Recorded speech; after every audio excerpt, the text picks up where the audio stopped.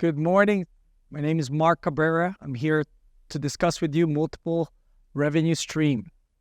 It's a good way to approach our business, being able to see our business in many different angles. And today, that's exactly what I'm going to discuss with you.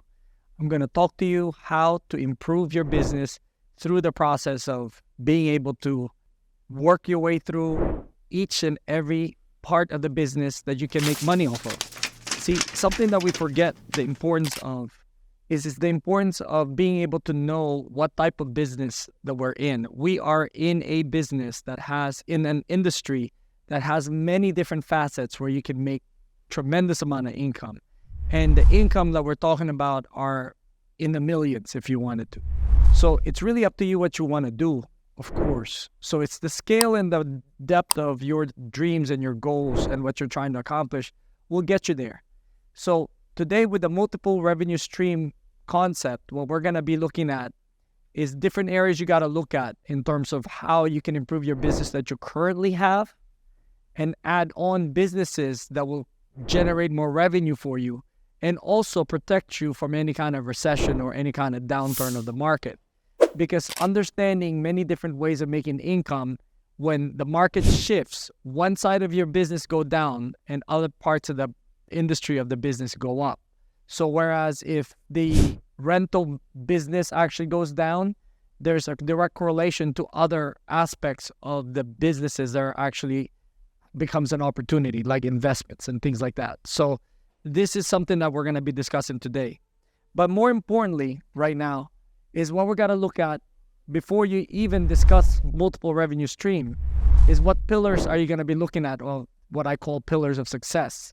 There are three areas that we need to focus our business on and making sure that we're doing things correctly. The first one is delegating your work properly, not abdicating your work, which means you have to know what you're delegating in order for you to free up time so then you can have more time for you to be able to prospect, be able to grow your business this way, because your fundamentals starts with prospecting. So freeing up your time by delegating the work that doesn't produce transactions for you. I usually personally delegate most of my work between technology and having someone assist me with my bookkeeping and accounting so I don't have to deal with the finances as much as possible. I get a monthly report, daily activity report that I'm seeing exactly where I'm at financially. And then I'm also delegated a bunch of my administrative work where we're looking at typing things like on paper for me to be able to review rather than me physically typing my offers. I have someone actually type my offers and I review them, make sure everything's good. So it frees up my time. And any communication by email that some time wasters out there that come out there and try to sell you business or whatever, I have someone actually cleaning up my emails, making sure that all those things are clear. So those things is fundamental to our business, making sure you're delegating certain things that does not produce you income. So this is the first step in regards to being able to kind of understand that in order for you to get to the multiple revenue stream aspect of it, you have to actually be able to work yourself into the first line of your focus or your business. And another part of this is focus on no more than 3 tasks at a time. There's a study by this gentleman by the name of Darren Hardy from Success Magazine that he interviewed all these billionaires and that are very, very successful, like Oprah Winfrey. Said 5 words that literally made history. The Apple CEO before Steve Jobs and Warren Buffett, and they all came up with certain things that really worked for them. And one of those is they only work on 3 things at a time. What I'm saying that is you have a whole checklist of things that you want to accomplish. You wrote it down. You prioritize the top 3 things that are most important for you to accomplish at that moment in time, and then you set aside the rest. What Warren Buffett does is he throws it away, and then he waits until he remembers those 3 important things after he's finished with the first 3, and then he writes a new list. And then after he makes the whole new list, he picks up the 3 and then he throws the rest of the list away. And the reason why he does that, apparently, is because if it's not that important, you won't remember it.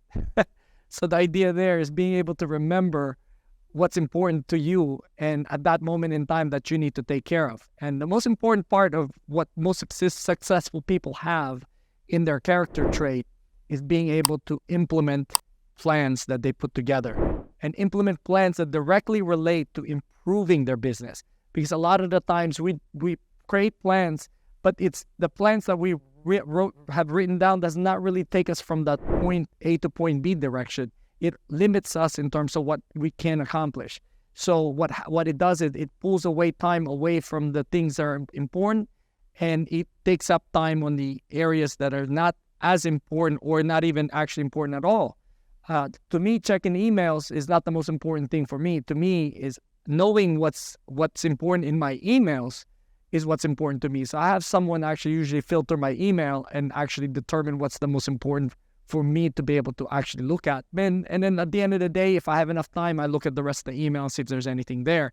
But most of the time, I have someone actually checking the most important areas of my business that relates to my business and that relates to relationships, because that's one of the things that are very important in my business, is the relationships I have. And based on that, I work my way through and saving myself some time. So focus on no more than 3 tasks at a time. This is a good concept to actually kind of keep in mind in the back of your mind so that you don't get overwhelmed as well, because sometimes we get this whole overload scenario where we kind of freeze up and we don't know which one's going to be important, so we end up doing nothing. Well, we don't want to get there. We want to actually be able to focus on 3 things at a time. So that's the importance of this part. Be efficient with your time. Another thing is a lot of times we set up our schedules, but one thing that we don't do enough of is what I call time blocking. So these are the fundamentals that you actually need to have, and then you can look at the multiple revenue streams. Because one thing I don't want is kind of confuse you and think like, oh yeah, okay, there's still so much amount of business that we can go after. Well, yes, there is, but you have to go after the fundamental things that makes anyone successful, is being able to manage their time. I normally return phone calls if I'm not available. So if I'm in front of a client and a person calls me, that person can wait. I mean, we're not in the doctor business of like on call where someone's going to die if you don't pick up the phone. Okay. We're not in that kind of business of 911.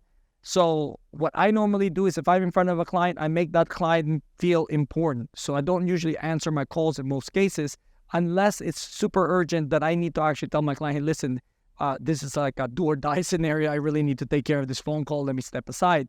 But most of the time, I don't do that. One of the reasons why is because I control my time.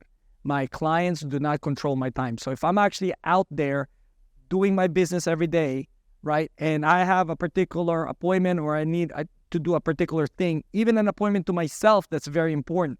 See, one thing I can tell you, when you set up a prospecting call time, that's one of the most important things you get to do throughout the day.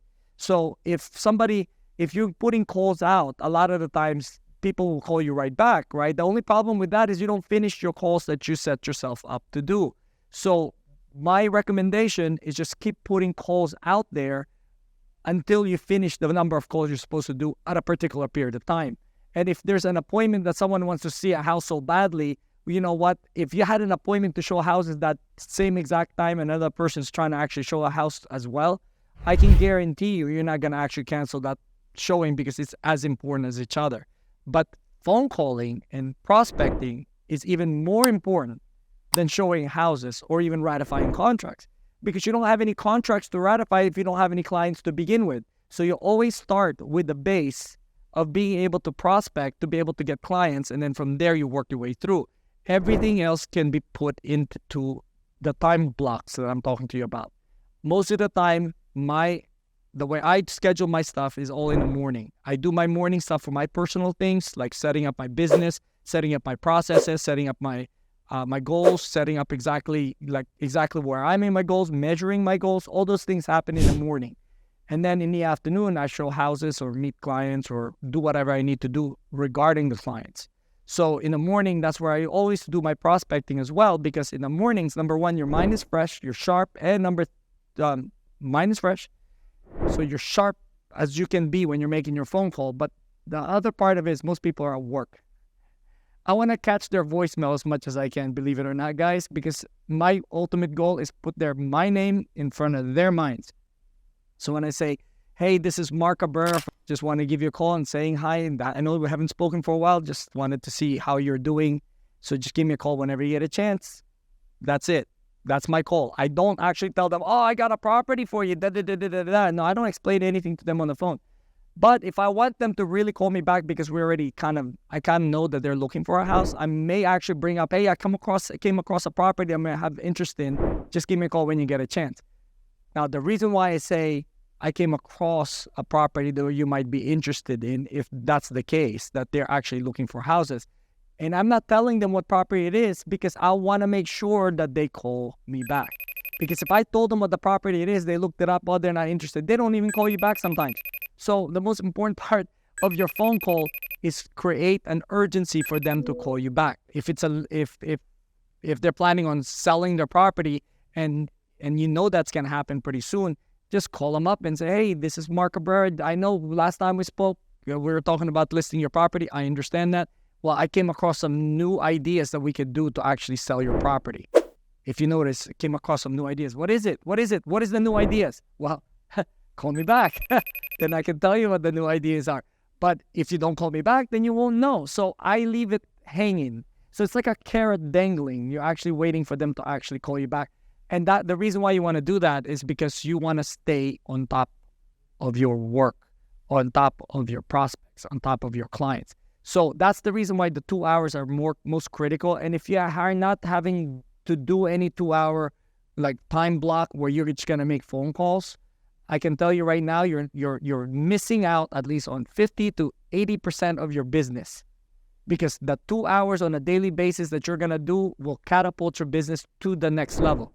And if you're not actually making those 2 hours count and every single minute count, my average, the way I look at it, when I spend my 2 hours, I sit down and I do a 3-minute average on each and every person I call. So 30-second voicemail, well, guess what? I have more time for the next person that I can speak to for 5 minutes. So most of the time, if everybody's picking up their calls, I time myself. I put a timer on.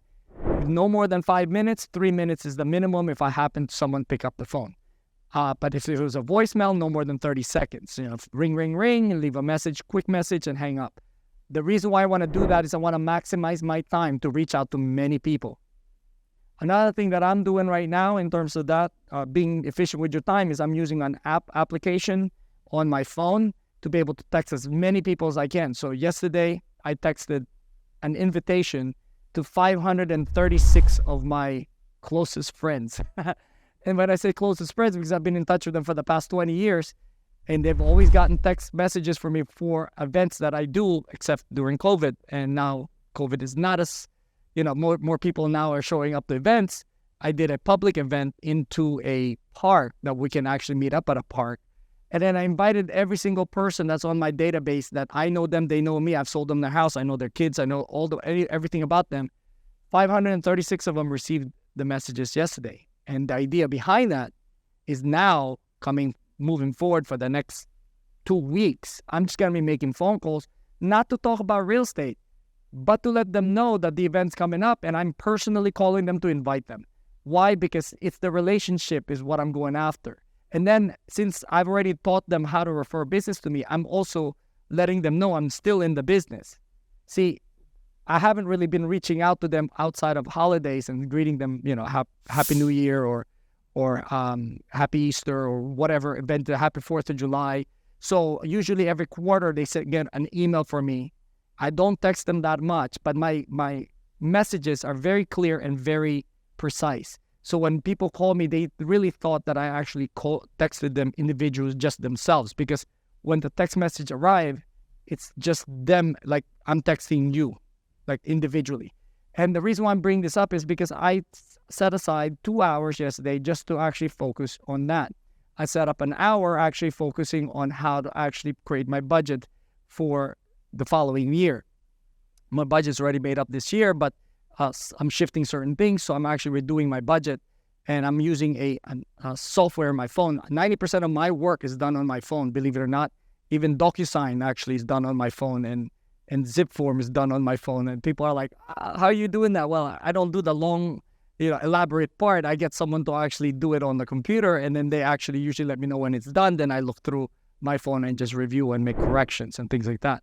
So to free up my time, that's my idea of actually being able. So then when you free up your time and you have delegation of work and you're actually only focused on 3 tasks, then, only then at that point, you can move on to the next part of the revenue stream. So focusing on one revenue stream, which is our basic of basic, which is our center of influence. So our center of influence is the easiest selling part of our business. That's the way you're going to sell your business to them, because you already built up trust to all the people that know you.